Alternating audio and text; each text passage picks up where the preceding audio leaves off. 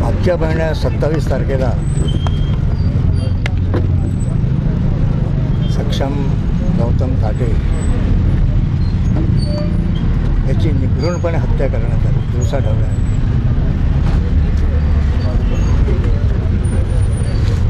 त्याच्या परिवाराला सांगोलवर भेट देण्यासाठी आज मी आणि माझे तमाम कार्यकर्ते या ठिकाणी गौतम आपल्या सक्षमच्या घरी भेट देण्यासाठी आले.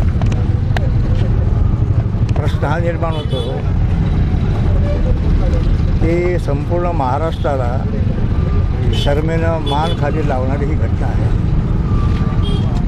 शिवबा फुले, शाहू, डॉक्टर बाबासाहेब आंबेडकरचा वारसा जपणाऱ्या महाराष्ट्रामध्ये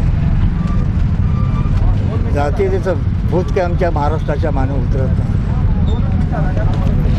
आणि त्यातूनच प्रेम प्रकरणाचं निमित्त करून सक्षम गौतम ताटे या युवकाचा निगृणपणे खून करण्यात आला. महाराष्ट्राला कलंकित करणारी, पुरोगामी महाराष्ट्राला कलंकित करणारी ही अत्यंत दुःखद अशा प्रकारची घटना आहे. अनेक मंडळी येऊन गेली सांत्वन करायला. आम्ही देखील सक्षमच्या परिवाराचं सांत्वन करण्यासाठी आमचे नेते बापूरावजी गजबारे, चरणदासजी इंगोले सर्वात या ठिकाणी आलो. त्या परिवारावर जो दुःखाचा डोंगर कोसळला ते शब्दात सांगता येणार नाही. सांत्वन करून देखील दुःख काही दूर होणार नाही अशा प्रकारची घटना आहे. पण पुरोगामित्वाचा वारसा लाभलेल्या महाराष्ट्रामध्ये आज या युगामध्ये तिथे आमचा जे चंद्रावर जाण्याच्या सूर्याच्या प्रदक्षिणा घालण्याच्या गोष्टी बोलतो,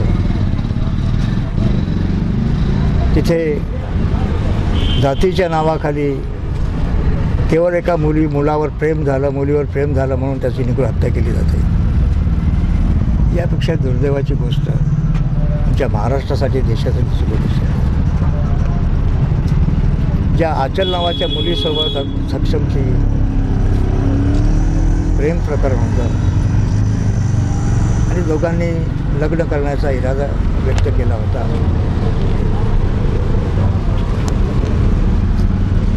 ते सक्षमची वाग्दत्त वधूत म्हणता येईल तिला आपल्याला आता. आचल तिने जी हिंमत दाखवली, जे धाडस दाखवलं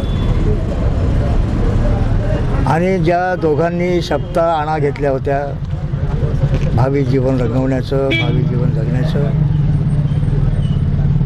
ते जिवंतपणे सक्षमसोबत ती पूर्ण करू शकली नाही. तरी पण सक्षमच्या मृतदेहासोबत तिने आपल्या कपाळावर त्याच्या नावाचं कुंकू लावलं, हळद लावली आणि सक्षमची पत्नी म्हणून तिने घोषित केलं. सक्षमच्या परिवाराने तिचा स्वीकार केला. ही देखील महाराष्ट्राच्या सामाजिक क्षेत्रात एक अनोखी अशा प्रकारची घटना आहे. प्रश्न हा निर्माण होतो की अजूनही मानसिक प्रवृत्ती आमची का दुरुस्त होत नाही. शाहूराजांनी, छत्रपती शिवबांनी सर्व जाती धर्माच्या लोकांना एकत्रित केलं. मावळ्यांची फौज उभी केली. ती कोणत्या एका जातीची फौज नव्हती. ज्योतिबा फुल्यांनी, सावित्रीबाईंनी आयुष्यभर हा अस्पृश्यतेचा, विषमतेचा कलंक मिटवण्यासाठी जीवापाड प्रयत्न केले. डॉक्टर बाबासाहेब आंबेडकरांनी तर संपूर्ण आयुष्यभर या देशातील जातीय अस्पृश्यता नष्ट झाल्याशिवाय आमचा देश महान शक्ती बनणार नाही हे घोषणा केली होती. त्या थोर पुरुषांच्या महाराष्ट्रामध्ये जे संपूर्ण देशाला, संपूर्ण देश महाराष्ट्राकडे मार्गदर्शन बघत असतो. महाराष्ट्रात जे घडतं त्याची पडसाद संपूर्ण देशात उमटत असतात. देशातील इतर राज्य महाराष्ट्राचं अनुकरण करत असतात. आता या घटनेचं कसं काय अनुकरण करणार आमच्या देशातील जनता? संपूर्ण देशामध्ये या घटनेचा तीव्र शब्दामध्ये निषेध व्यक्त केला जात आहे. आता मी या घटनेच्या संदर्भामध्ये शासनाकडे आमच्या काही सूचना, काही मागण्या आहेत. एक तर सक्षम तातेच्या परिवाराला 1 कोटीची सानुग्रह मदत त्यांनी केली पाहिजे. सक्षमच्या परिवारातील त्याच्या भावाला आणि सक्षमची वाग्दत्त वधू आचल तिला सरकारी सेवेमध्ये घेण्यात यावं. सक्षम आपल्या आचलला कमीत कमी पोलीस खात्यामध्ये घेण्यात यावं. BSc करते आहे ती. सक्षम देखील अत्यंत सुशिक्षित अशा प्रकारचा तरुण होता आणि पोलीस खात्याचं मी धन्यवाद देतो की त्यांनी तातडीने कारवाई केली.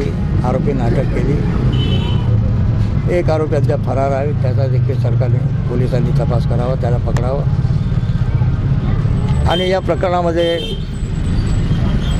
सक्षमची होऊ घातलेली पत्नी आचल हिने जी साक्ष दिली त्या साक्षीच्या आधारावर या केसचा लवकरात लवकर निकाल लागावा आणि आरोपींना त्यांनी मागणी केलेली आहे. सक्षमच्या परिवाराने आचलने देखील मागणी केली आहे की या गुन्हेगारांना कठोरातली कठोर फाशीची शिक्षा व्हावी अशा प्रकारची मागणी सर्वांनी केलेली आहे. आमच्या पक्षाने केली आहे. आम्ही सदैव परिवाराच्या पाठीशी आहोतच. सतत पाठपुरावा करत राहणार आणि या परिवाराला न्याय कसा मिळेल असा प्रयत्न निश्चितपणे करू. पण एका विशेष कारण ॲट्रॉसिटीचे केसेस जे आहेत अशा केसेस वर्षगती चालत राहतात.